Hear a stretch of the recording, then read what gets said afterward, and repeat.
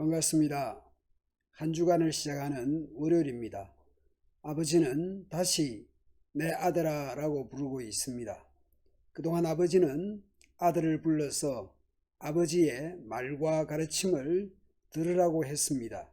이제 아버지는 아들에게 아버지의 지혜와 명철에 귀를 기울이라고 합니다.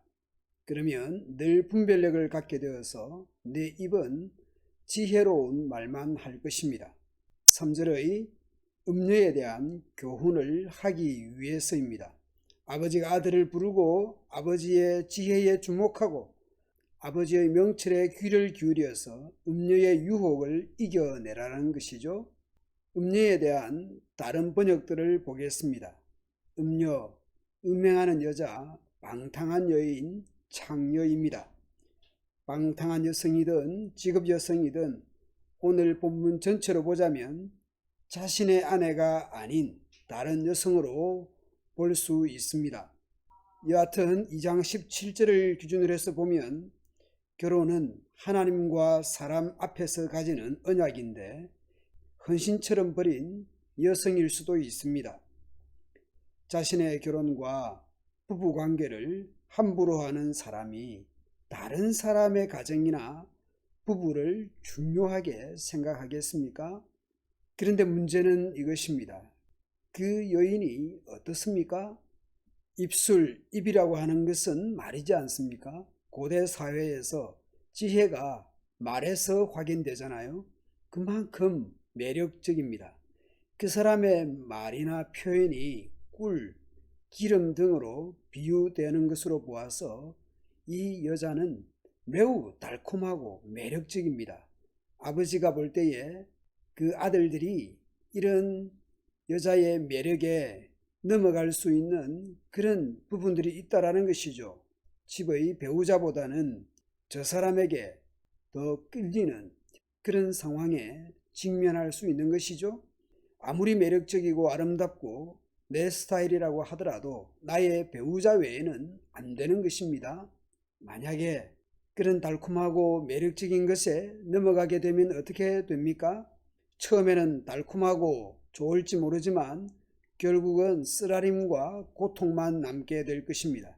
그 여인이 입과 입술이 달고 매끄럽다고 하는 것으로 보아서 엄청 지혜 있어 보이지만 실상은 어떻습니까? 지옥을 향해 죽음의 길로 치닫고 있으면서도 생명의 길을 생각하지 못하고 자기 길이 삐뚤어져 있는지도 알지 못하는 사람입니다.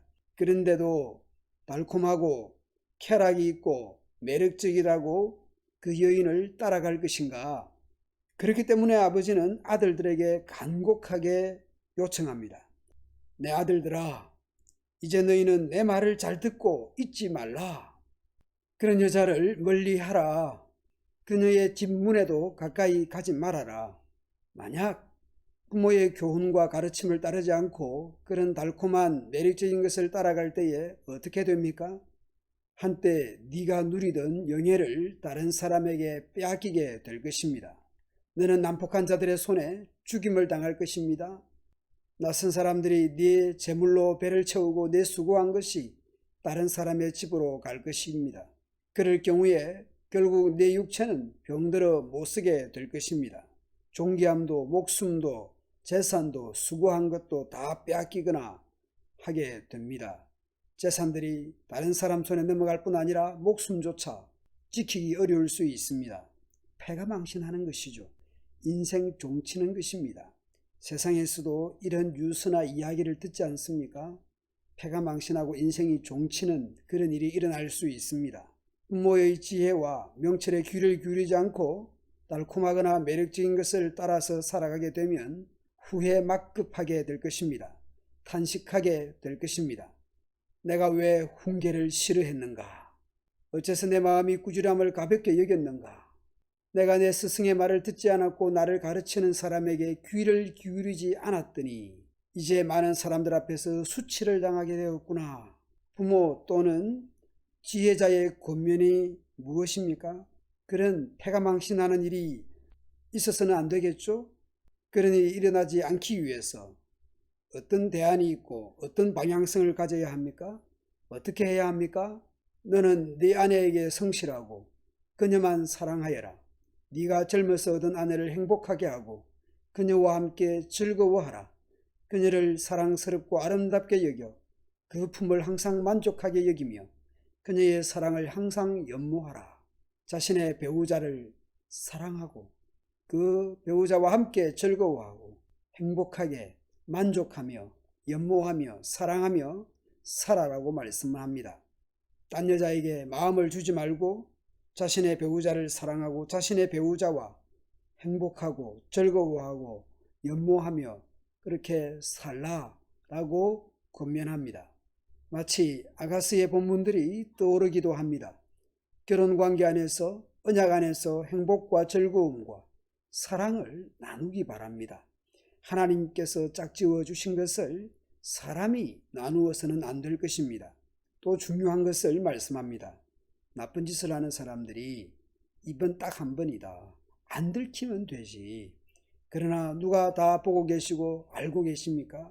여호와께서는 사람이 하는 일을 다 알고 계시고 보고 계십니다. 악인은 자기 악에 스스로 걸려 넘어집니다. 자기 죄의 줄에 자기가 매이는 것이죠. 그는 진리의 교훈을 듣지 않으므로 죽을 것입니다. 너무 어리석은 탓으로 길을 잃고 방황할 것입니다. 그러므로 우리 모두는 하나님의 자녀로서 지혜와 명철에 귀를 기울이고 분별력을 가지려고 해야 할 것입니다. 뿐만 아니라 우리의 자녀들에게도 부모로서 가정의 교사로서 하나님의 지혜와 명철을 가르쳐야 할 것입니다. 악인의 꾀, 죄인의 길, 오만한 자의 자리에 앉지 않는 생명의 길, 복 있는 사람의 길로 가도록 지도하고 가르치고 모범하고 교훈해야 할 것입니다. 그러므로 우리의 삶이 하나님 말씀에 비추어서 바르게 살아갈 수 있도록 기도하고 지도하는 우리의 부모들, 가정의 교사들이 되면 좋겠습니다.